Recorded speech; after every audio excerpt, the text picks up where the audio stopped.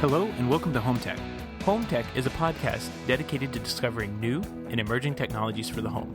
We discuss news about the Internet of Things, home automation, and more. I'm Seth Johnson in Florida, and I'm joined by Jason Griffin in Los Angeles.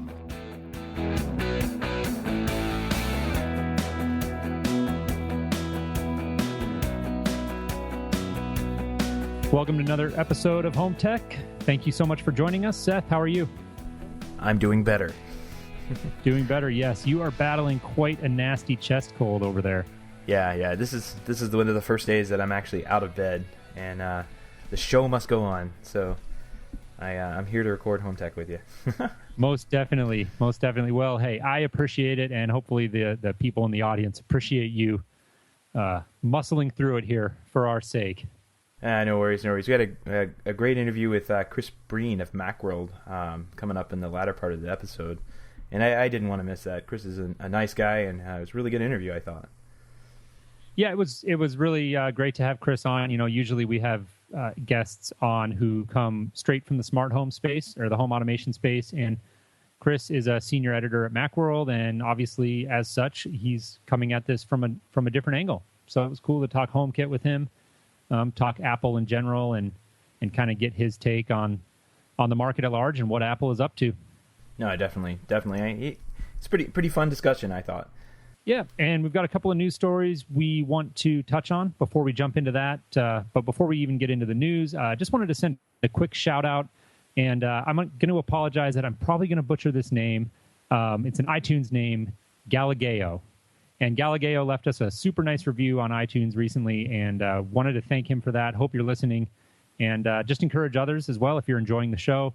You feel like you're getting something out of it, take a moment to drop over to iTunes and leave us a review over there, or stop by the website at HomeTech.fm and leave us a comment. We'd love to hear from you. Definitely. And also, we just want to kind of put the call out there again. If you've got an install that you're particularly proud of, or if you're a custom installer and you've done an install, or you're just a homeowner and you have an install that you're particularly proud of, we're trying to do something interesting on our website, and we're trying to put up some high quality pictures for our landing page, so people could see exactly what a real home automation system looks like.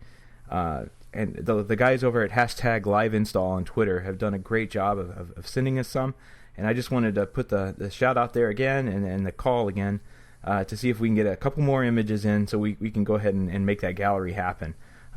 There's some really cool stuff they've been sending us. So yeah, people are doing great work out there, and we want to give them the opportunity to showcase that. And also just to let anyone listening know who may have already sent us an image, don't worry, we got it. We are going to get it up on the site. We're just kind of waiting for a few more to come in so that we have enough to kind of, I guess, make a proper gallery out of it. So again, we'll just reiterate that call. Seth, how do you want them to send those images? Just go ahead. Email? Yeah, just go ahead and email them to me at Seth, SETH, at HomeTech.fm. That'd be fine. All right, cool, good deal. Well, I think let's jump into the news here. I'm going to let you kick off the first story here, Seth, because it's a Control 4 story, and I know that you deal a little more with Control 4 than I do, so have at it. Yeah, definitely. There were a couple of interesting drivers that came out this last week for Control 4, and I think both of them are pretty big. The first one is the Chow Mein driver for Chromecast, and that's a driver made by Alan Chow. If you've been involved with Control 4 in any capacity, you probably know who Alan Chow is. And he developed a controlling driver, or actually just a driver that watches Chromecast and can detect if you're doing something. If you've initiated something to go to Chromecast, and it can kick on your AV system and everything through Control 4. You can automate that process, and you can do some limited control, but some control through the Control 4 interface as well, which is really cool because that actually makes Chromecast actually useful for something. Yeah. So yeah, I was going to ask you that. Like, does this driver, Seth, actually give you hope for Chromecast? It is the only thing that gives me hope for Chromecast.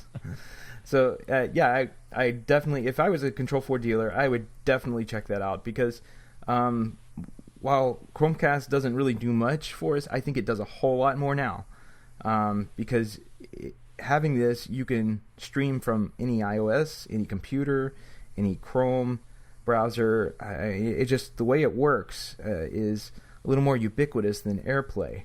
So I would definitely check it out and see how it works. He gives a good example of a boardroom, using it in a boardroom for screen sharing and presentations, and it makes total sense because as soon as you start sharing the slideshow from PowerPoint into the Chromecast, it kicks the projector on. You can do all the, lower the lights, all that stuff can happen in Control 4. It just knows what to do. Yeah, so, that's pretty cool. Do you know, let's say I have a Control 4 system here at home, and let's say I had a Chromecast. Do you know, if I were to, my system is off, and then I start to stream to the HomeCast from whatever device, now the system, as you're explaining it, turns on. We're sort of automating that process. So the Control 4 looks, it says, hey, they're streaming to the Chromecast, so turn on the AV receiver, turn it to this input, turn on the TV, etc.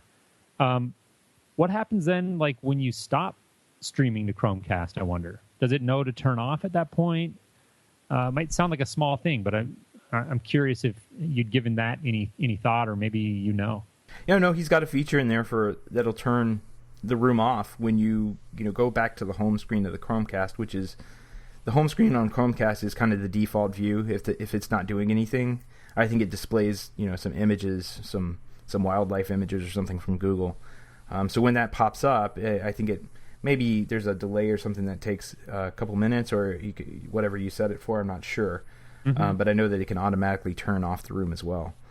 Cool. Very cool driver, and I mean the Chromecast is $35 US. I mean, this actually makes it useful. So yeah, and I think you're right. I think in a conference room or boardroom, this could be great. Somebody could just walk in and stream to the Chromecast, and all of the AV components just automatically turn on. I mean, that right there is pretty awesome.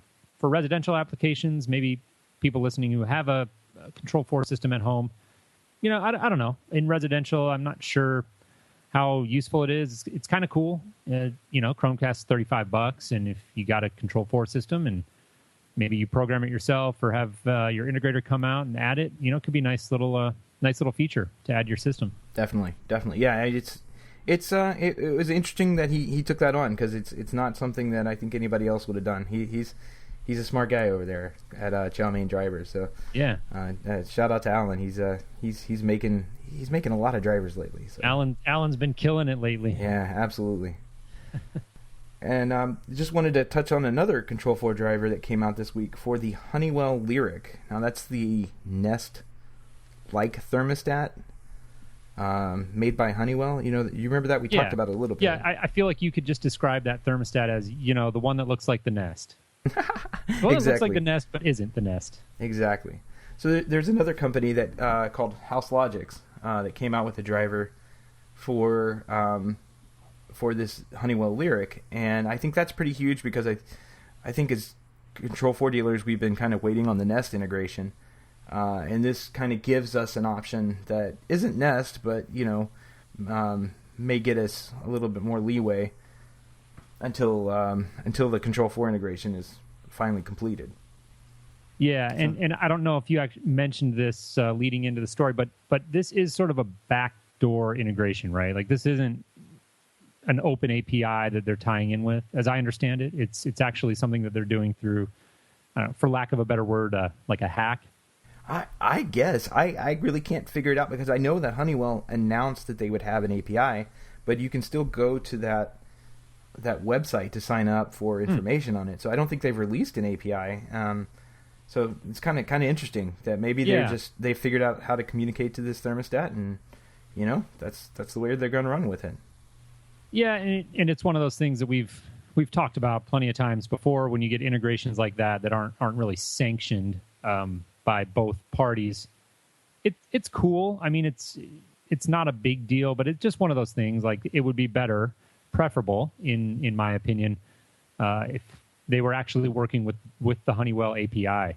But a lot of times, it's waiting for that API, or maybe the company doesn't even put one out, and things like this make it easy for consumers to get that integration and not have to be switching apps and jumping back and forth between different apps. If you've got a Honeywell Lyric thermostat and a Control 4 system, now there's a way that you can tie those two together.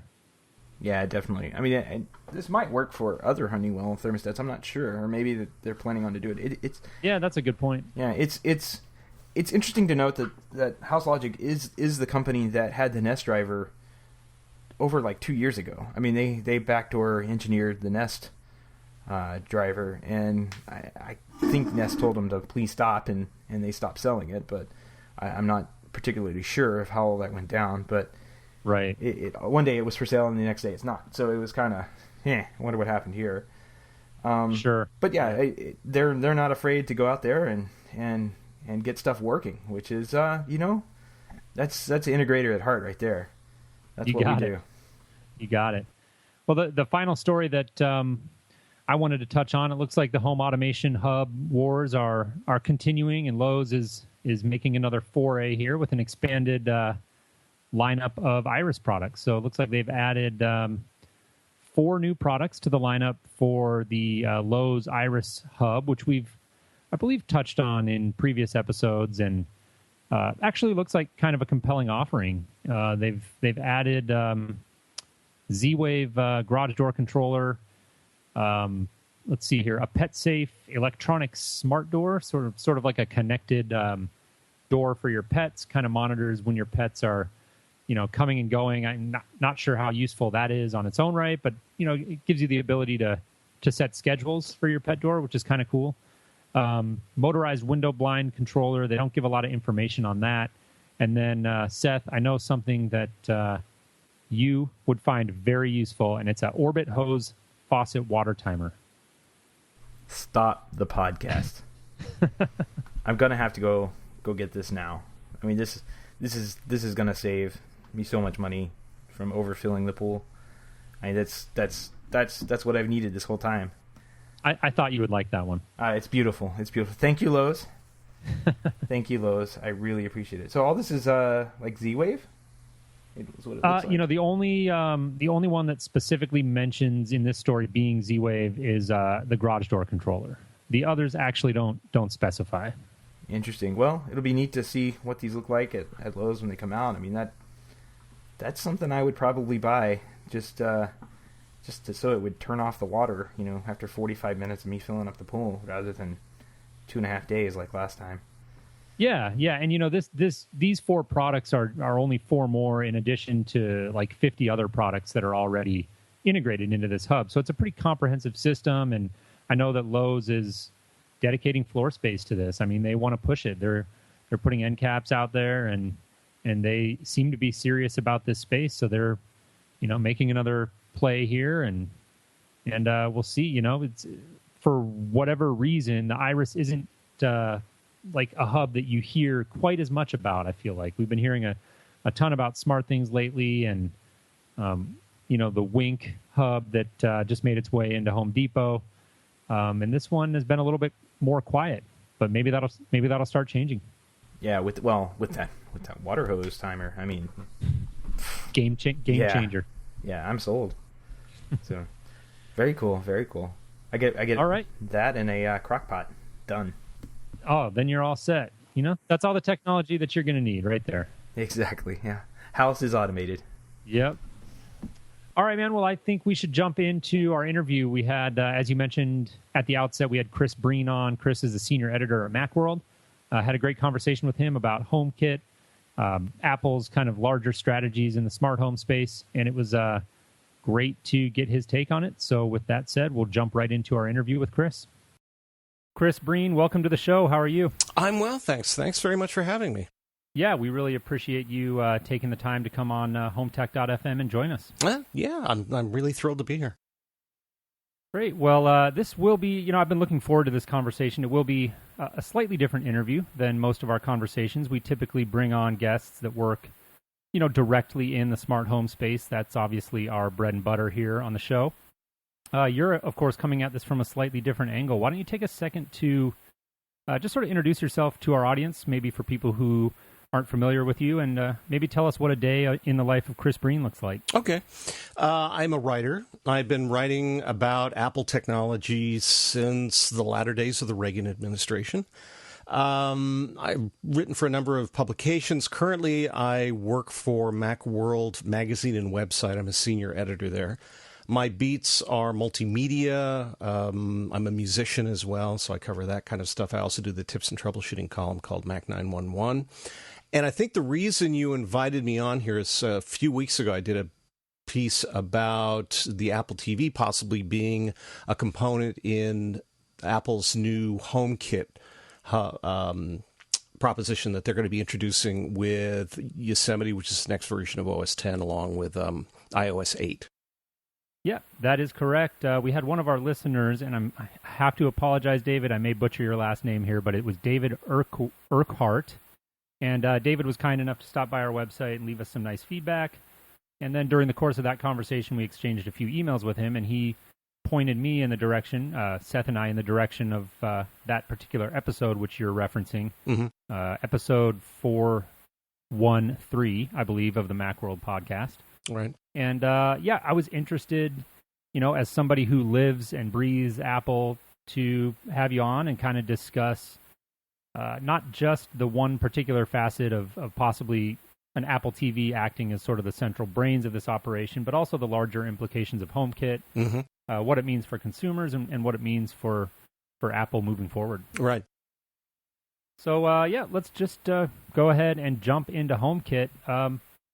Chris, just generally speaking, do you see Apple's move with HomeKit as being a significant part of their strategy moving forward? I mean, and the reason I ask that specific question is during the keynote speech at the developer conference, they really gave a very, in my opinion, kind of a paltry amount of time to talking about it.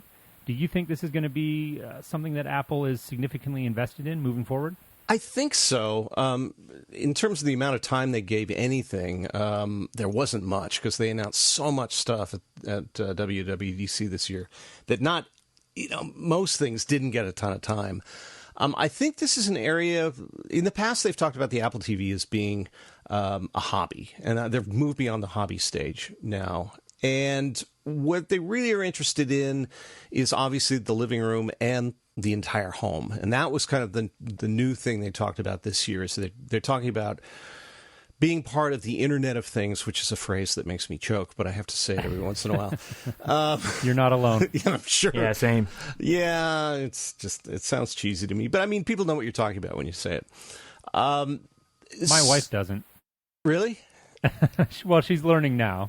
I mean, I would think you guys would have a lot of stuff in your homes that are automated, and you're flicking stuff on with your devices. Our significant others don't like to talk about it, which is why Seth and I started the podcast. Yeah, we have to talk about it with each other because it doesn't go well as a dinner conversation. Yeah, I find that kind of conversation goes nowhere in my house too, so I don't really talk about it either. Anyway, so the idea is that, they've done very well in mobile. They've done very well on the desktop. And so what are the next frontiers? And this is true for everybody, whether it's Google, Facebook even, Microsoft, and Apple. Everybody wants to be everywhere. And as we get more and more devices coming into our home that are intelligent and particularly have Wi-Fi and other communications protocols built in, Apple wants to be part of that story. And what they've done through HomeKit, it's very much like the efforts they've made with the iPod and now with the iPhone, is that they have these made for blank programs where Apple essentially says, here's a set of APIs and guidelines, and we would love you to be part of that company X, and all you have to do is give us some money and a cut, and therefore we will make all this work seamlessly. And, I think that's their vision, but there are other people that are interested in the space as well, so we'll see how well it goes. Yeah, absolutely. And Seth and I did a previous episode about HomeKit, and we kind of discussed the topic that I mentioned of how little time they gave to it in the keynote. And I was a little bummed out. Like, I had set aside my whole morning to watch that, and it was just, it was a short mention. But Seth made a good point, and I think I agree with him that was more, it had more to do with the fact that they were just covering so much other news during that keynote, which was all very significant. So it just, something had to give, and we'll wait and see as more details become available. But I agree with you. I think that the smart home, the connected home market is just becoming too big and too hot for Apple to continue to ignore. I think it's an interesting conversation, and I want to get your take on this, is how Apple's strategy with HomeKit kind of compares and contrasts with some of the other players. And I'm not sure, how closely you're following some of the moves by Microsoft or Google, but Microsoft's kind of partnering up and getting in bed with Insteon, and Google, of course, had the big Nest acquisition. Samsung was recently in the news with the rumored purchase of SmartThings. So everybody's kind of making moves in this space. What do you think of Apple's positioning in the market relative to some of their competition here? I think it's an interesting idea, and I kind of harken back to other things that Apple have done and try to use those as a model. And I look at the MP3 player space, where it was a mess. There were so many people trying to do it, and nobody was doing it well. And Apple walked in and said, "Here, let's do it." Same thing with music downloads. The labels are trying to do it. Nobody was making much headway. Apple came in and said, "Look, let us organize this for you. And by the way, basically take over the market." I think this is another kind of opportunity like that for them. Microsoft's efforts, I've read up a little bit on the company that they're talking about. My understanding is a lot of that technology is RF. And I think where Apple wants to go is beyond that, and basically be in a position where they can deal with traffic coming not only from their mobile devices to the home, but also outside. So from the internet into the home as well.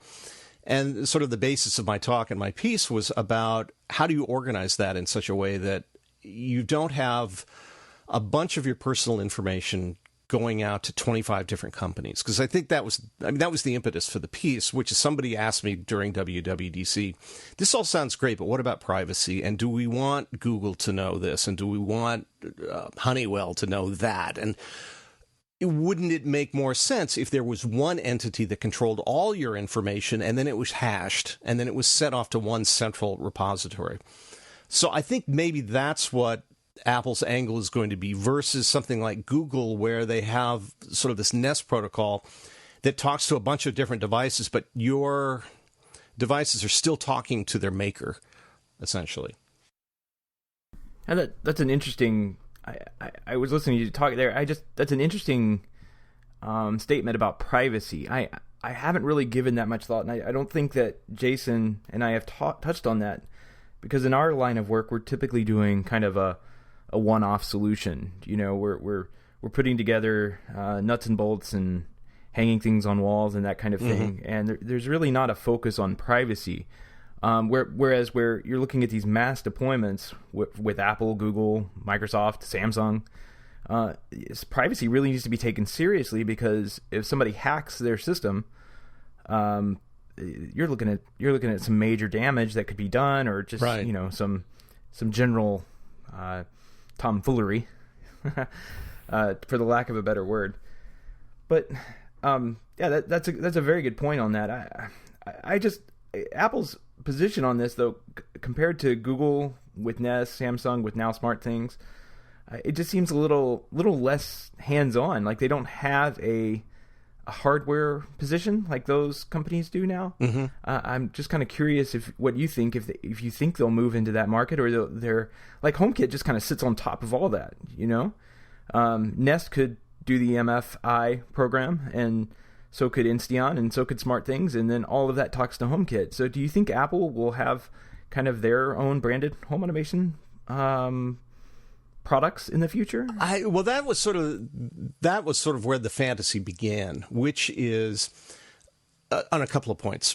One, speaking of privacy, do you want this to be a service that's on the internet somewhere that then talks to everything in your home? I don't think so, because if your internet goes down and you've turned your heater up to 1 million remotely, and now you can't turn it off because you can't communicate with it, or you've done something and you've left your garage door open. I'd like to get to that. Oh, I can't because my router's down and I can't get to that. I think what you want is some kind of local control, and therefore you want some sort of device that's going to be controlling this thing. Yes, you want to be able to get to it from a remote location. So yes, it has to have the internet connectivity. But ideally, for the purposes of security and reliability, you want some kind of local device there.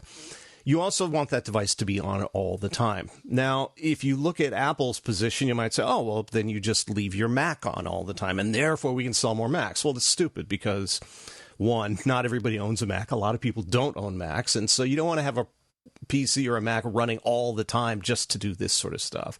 So you want an always-on device that can communicate both with the internet and both with your local devices, no matter how many devices you have in your home. So if you turn around and look at your television and look at the Apple TV connected to it, you think, well, wait a minute, there's a computer. It's always on. It's running a version of OS X. OS X is modular, so you basically write a HomeKit component into that turns that into a hub. It makes it a secure hub because it's hashing information so that it's sending out mainly, you can have your 25 devices in your home that you're dealing with. Then it sends that information hashed to Apple. Then it can talk to the internet rather than, as is the case with a lot of people now, like I have a Nest thermostat in my house. If I'm remote, I can communicate with it. Let's say I get a different sort of device. I can communicate with that as well, but I need a separate app for that. So now do I really want to run a bunch of different apps to do this? So back to your question, will Apple release a proprietary hub for it? Maybe, but it makes more sense to me that why not use a product that already exists? Some people have suggested you could use your router for that, so you use an Airport Extreme or something for that. It's not that programmable, and it's not that smart. I would prefer to have a real computer, which I think is the Apple TV. So, yes, in my fantasy world, it's the Apple TV versus something else. Yeah. It's a lot lower cost, too. I mean, you're looking at, for the Airport Extreme, I think they're $199. Yeah, they're not cheap, right? And then also, you're already sort of giving people the entertainment device. Say, hey, here's an Apple TV. Isn't that awesome? Yes, it is. Oh, by the way, our next generation model is $30 more, so now it's $129. Oh, and by the way, it can also be the hub for your automation in your home, which I think would be a very interesting seller, because I think a lot of people, you guys are in the business, so you know. You talk about home automation to a lot of folks, and they go, huh? What? That sounds complicated. No, I don't want to do that. What if it wasn't complicated? What if they said, we're going to just, here's your Apple TV. Watch Netflix on it. It's awesome. Then later, as you come along, say, by the way, your thermostat can talk to it. Oh, and your refrigerator can too, and this can too. And it's all going to operate through your iOS device or your television, if you like. Mm-hmm. Yeah, you made that point on one of the episodes of your podcast as well. And I thought it was a great point because, like you said, a lot of people still, I think it's changing, but currently a lot of people, if you say smart home or home automation, they might know a little about it, but it's not really a relevant term to the mass market yet. And I think that Apple is smarter than to come out with a standalone home automation hub, like a smart home hub, because I don't think that it would get the kind of traction that they would want. Excuse me. Whereas if they put it into something like an Apple TV that's already got all these features that people are excited about, they can go out and buy it and use it without the home automation portion of it. But, it stands on its own as a valuable, piece of their living room, or just a valuable piece of hardware on its own. Then you get those smart home features and home automation features as kind of icing on the cake. And as the Made for iPhone program starts to propagate and become more common, then I think it'll just be kind of that pleasant surprise for the end user. Yeah, and you look at where they're going to make their money. And the money on that, I think, comes from the manufacturers, not from the consumer. So you as consumer, maybe it's going to have some extra circuitry in it. And I think they're going to offer other whiz-bang features as well. So they're not going to jump the price based on home automation being built in it. I think that's the bonus. They're going to, they do something else that's more entertainment focused. And then as they go along, that just with upgrades becomes more interesting. Yeah, exactly. And, home automation and smart home aside, it's been a while since we've seen a new Apple TV. Yeah. So it all kind of, it feels like the writing is on the wall. I don't know, Chris. Do you have any inside information you can share with us? Are we going to see a new Apple TV this year, or is it just all purely speculation at this point? Oh, it's all speculation. I'm just guessing. You know, I wrote the piece just sort of based on my fantasy. I don't have any inside information on this, but it caught on. I think enough people went, "Oh, that seems like the other shoe," because again, you've got your iOS device. And yes, maybe through iBeacon, when you approach your home, things happen, which is great. But the internet component needs to be taken care of. And again, I think it's sloppy and it's very un-Apple-like to make me run a bunch of different apps to run this stuff in my home. And then the privacy is key, too, because once you've got a refrigerator that's now got a display on it that's connected to Wi-Fi, let's say Google's running that. Do I want to see an ad on there? Do I want my refrigerator, for example, to say, wow, you're low on milk? Which might be convenient, and it pops up a little thing and said, by the way, your local Safeway has 2% milk off today. So rush down there and get it. And I think that's where we're going. I think eventually these devices are going to scan everything on our fridge and know what we have. But I would feel, and I think maybe this is true of a lot of people, I kind of am used to the idea of there being ads everywhere on the web, but when they come into my home and onto my devices, that starts to creep me out because I kind of feel like this is my little enclave here, and I don't want my refrigerator pushing ads at me. Yeah, it kind of can only take so much, right? You got to have some time out of the day where you're not looking at an ad, because I know when I'm online, that's all I see. You know, I go to a website just to buy something, and then I'm looking at the same ad for the next 3 weeks. For the thing I bought 3 weeks ago. Right, and this is expected, right? You get on the web and you know, okay, I've got cookies everywhere, and yes, people are tracking me, and okay, this is sort of the price of admission. But having that stuff show up on my refrigerator or on my thermostat or other devices in my house, that's at the point where I feel like some salesman has walked in my front door and is pushing stuff at me, and that's where I start to feel like that's too much. Exactly. Yeah, I certainly hope we don't see any of this stuff going that way. Just out of privacy concerns, mostly, but it's just, like you said, it's a little bit overloaded. I don't really understand that mindset, but we seem to be an advertising society these days, so it seems to drive a lot of business. Yeah, and Google's going to do it. And that's another thing, is that when I see Google get into the space, I just think, oh, man. Because they're an advertising company, right? Their product is me, not what they sell. So, and as much as I might be accused of being an Apple fanboy, and I hope I'm not too much, but they have a different business model. Apple sells you stuff. So whether it's an iPad or a Mac or whatever, it's a thing. Or even software, it's a thing. Whereas Google's not selling, they're not selling to me. They're selling to advertisers. And what they're selling is me to advertisers. And so when I look at them getting into these different markets like this, I go, well, I think what they're in this for is to get more information about me so they can push more ads, and those ads are going to come back to me in ways that I'm unhappy with. Right. Well, I think one of the things you were talking about before we started talking about the ads were kind of, I can't really remember what Apple is calling it. It's convergence or something, where where you walk up to your continuity. Continuity, that's right. That's the C word I was looking for. Continuity, and I wonder how that would play into a HomeKit enabled house, where you'd have maybe an Apple wearable that seems to be around the corner that would notify your thermostat when you got home and kicks off certain events through the Apple TV. It seems like it's all coming together around these APIs that Apple has put out. Well, I think it is. And if you look at iBeacon, which is another one of their technologies that came out with iOS 7, which is basically a Bluetooth protocol. So when you're within range of a certain beacon, things happen. So this could work in your home as well. So if you have a wearable on and obviously it's going to be transmitting somehow and receiving. So as you approach your front door, and it's 6:00 and it knows that, these are all the things that are going to happen as you walk in the door. But it can also work in commerce as well. So if you if you've approved a certain store, like I love Costco, for example. So I go to Costco and I've got my wearable on. It knows who I am, and it flashes a little thing on there. It says, by the way, I know that you purchased a life vest last week, and, their kayaks on sale today. And so go 4 aisles down, take a left, and there's your kayak. And then, so now I pull out my phone and I purchase the thing with my phone and I walk out. So I think the whole idea of location and iBeacon is potentially really interesting, both in commerce and in your house.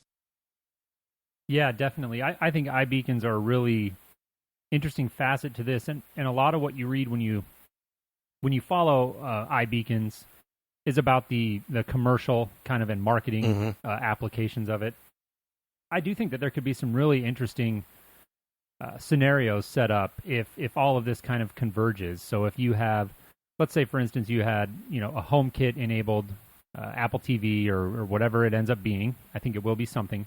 And then since we're speculating, maybe you're wearing your iWatch, and then you've got some iBeacons around your house. And now what you have is a really a comprehensive way where software developers can build some really cool apps that you could start to get into things like gesture control of your home with your iWatch, maybe with the iBeacons adding sort of a contextual layer to that. So a certain gesture, a given gesture on your iWatch in one room might mean one thing. It might mean a different thing when you're in another room.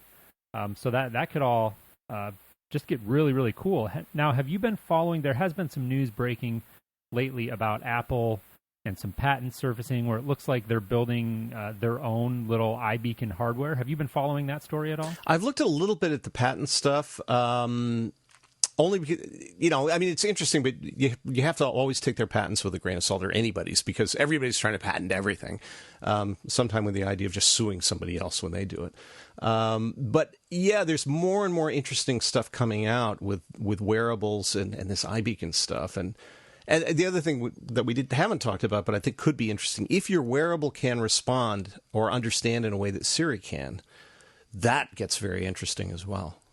So now you're just talking to your arm instead of waving it around. Yeah. And I think I actually misspoke there. Slight technicality, but I think it was FCC filing, not a patent. But in any event, there has been rumors circulating about Apple getting into, their own iBeacon hardware. So we're kind of talking about contextual computing there and gesture control as it pertains to HomeKit. But this sort of dovetails with another conversation you guys had on a separate episode that I would love to touch on here, and that is the Siri voice control aspect of HomeKit. How big of a deal do you think this is? Do you think that voice control is something that people really want for their home? I think in a limited way, and much like gesture control, I think people want to do it in sort of a limited way. But then you eventually get into sort of Star Trek territory where you're talking to the computer and it's like, computer, and then you issue a command. I don't think people really want to walk around their house shouting out loud a lot of the time to do things. But I think I think maybe things are going in that direction to an extent. I don't know how far they're going to take it, but in the next version of iOS, they're going to have a feature where you say, "Hey Siri," and Siri will pop up on your phone if it can hear you. And so it doesn't have to be in your hand, doesn't have to be in your pocket. It can be across the room. And as long as you say, "Hey Siri," it will turn on, and then you can tell it stuff. You can tell it stuff to do. So now you've got voice activation. So put that on a wearable, and now you say, "Hello, home," or whatever you've decided to call your house or your stuff, and say, turn on the lights in the basement or open the garage door. Very simple commands. Maybe we eventually get to some kind of voice control that we're operating like a Sonos device in your house, so that you want to listen to particular music. So, play Led Zeppelin in the living room, please. And that happens. So I see some convenience for it, but I think it becomes part of a broader control method. So it's one option, but it's not the only one. Yeah, we've covered voice control a little bit on our podcast in the past. And I think one area that people really don't think about when voice control comes up is is the disabled market. It really does benefit that market, and Apple has a really good track record on putting APIs and things for developers and parts and pieces into their product that make it really easy to develop for the disabled community. So maybe we're thinking of it as, oh yeah, it would be cool to say, hey Siri, do this, but that might be the only way somebody could actually interact with a HomeKit type system. Yeah, you're absolutely right. In the future. Yeah, I covered the disability beat a bit, and I know some people who work in that community and do a lot of stuff with Apple. And you're right. Apple is far ahead of what anybody else is doing, and it's free. And that's the really great thing about it, is that there are solutions on Windows, but they cost a significant amount of money. Oh yeah, they do the hard work for you as a developer, and it's for most of their stuff. It's filling out a text label in their software. Yeah. And it just works. It's pretty good. Yeah. So I think part of it's an accessibility effort. I'm sure they are going to be doing that as well. But and then it has a broader meaning for all users. Yeah, I agree with your points. I think that voice control, is something that's coming, and it's going to continue to improve, of course.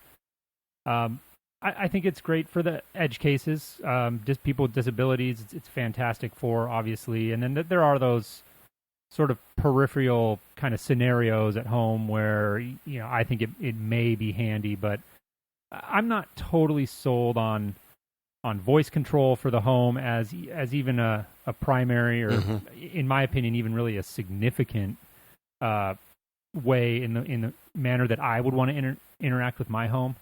I just think it's a little bit, like you said, Star Trek-y, and I don't know, maybe as it gets better, people will become more used to it. But I think that also the failure rate of voice control, I mean, it's got to be like 100%. Like, I use Siri a lot just to transcribe like text messages, just voice to text.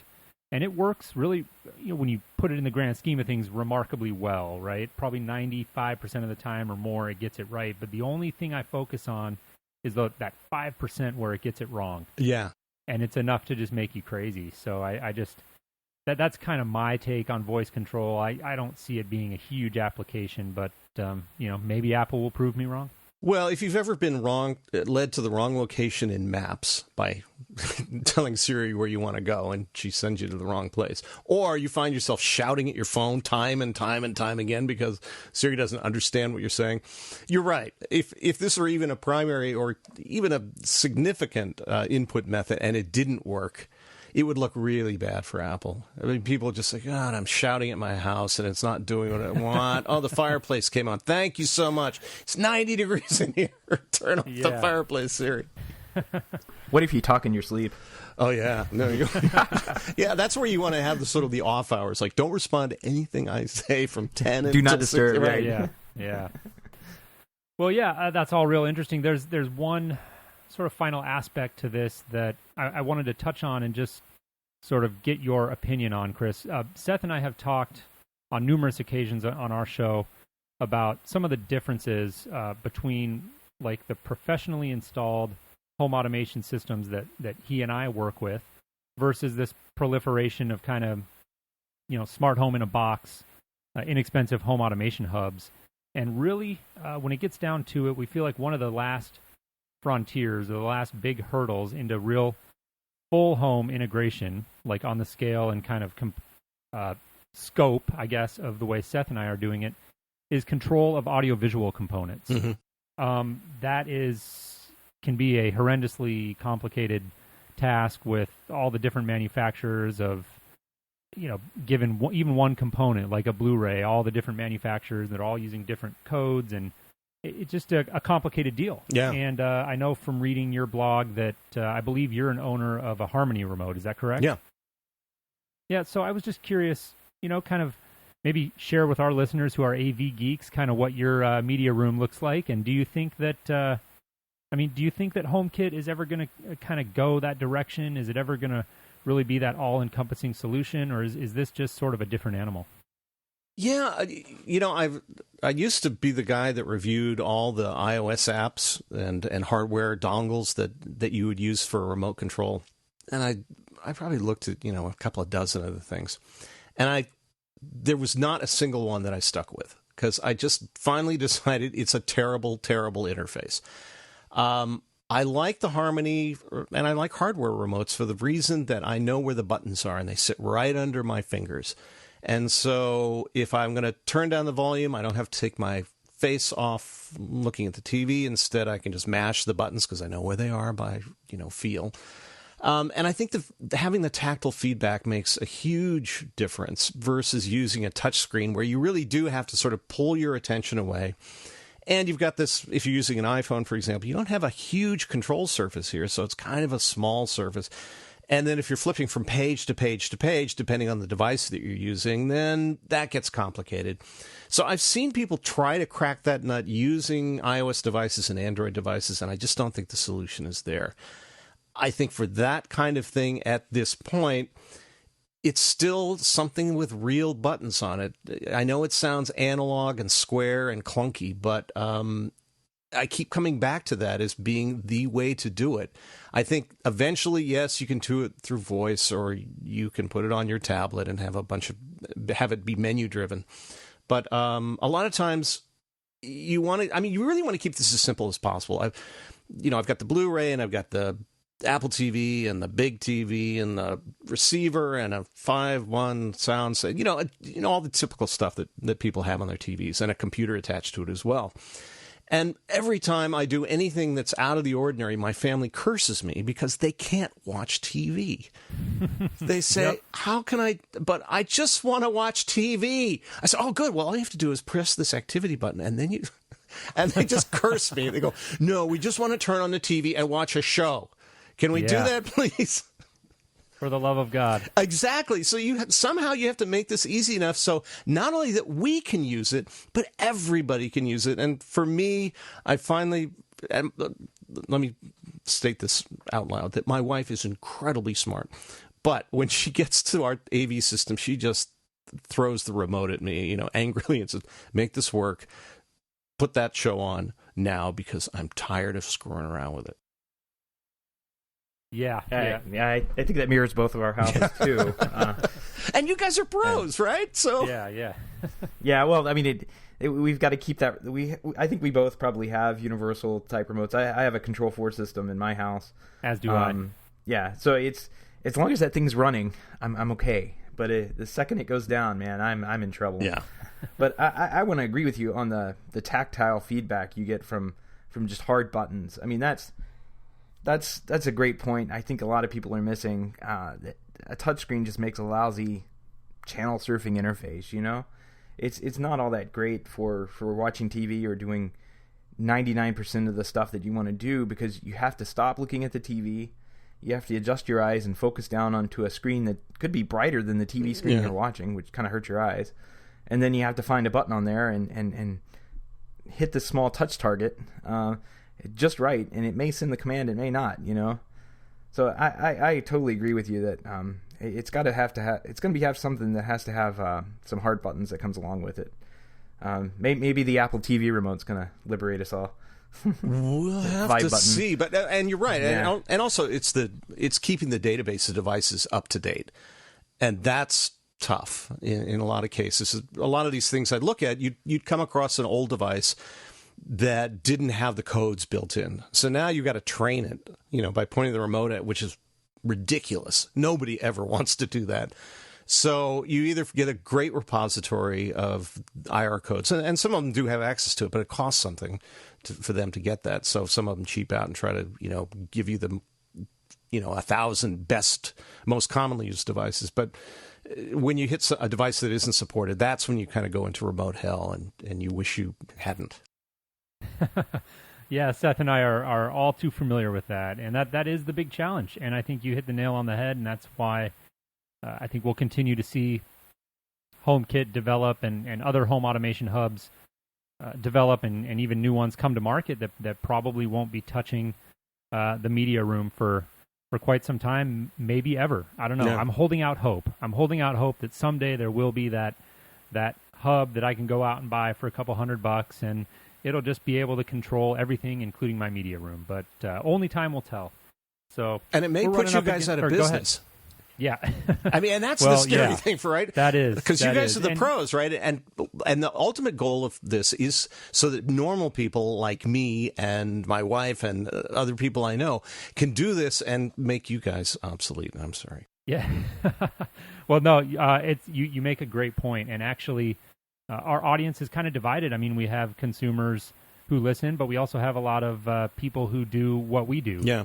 And follow this show because of that, I think, in large part, because I think smart integrators, as we call ourselves in the trade, are keeping an eye on this stuff, because to a certain extent, it's inevitable that we will, if we continue kind of the standard way of doing business that we've been doing it, will become more and more obsolete. So you're seeing a lot of integrators start to migrate over to kind of almost like a managed service provider business model, where you're charging a little bit more for your time and kind of trying to get people onto recurring monthly service contracts, because this stuff will break and will fail, and a lot of people just, no matter how cheap the hardware is, it's an issue of time, and they don't want to spend the time to configure it themselves. So there's always going to be a need, but you're absolutely right. I mean, the technology is coming, and integrators are having to adapt.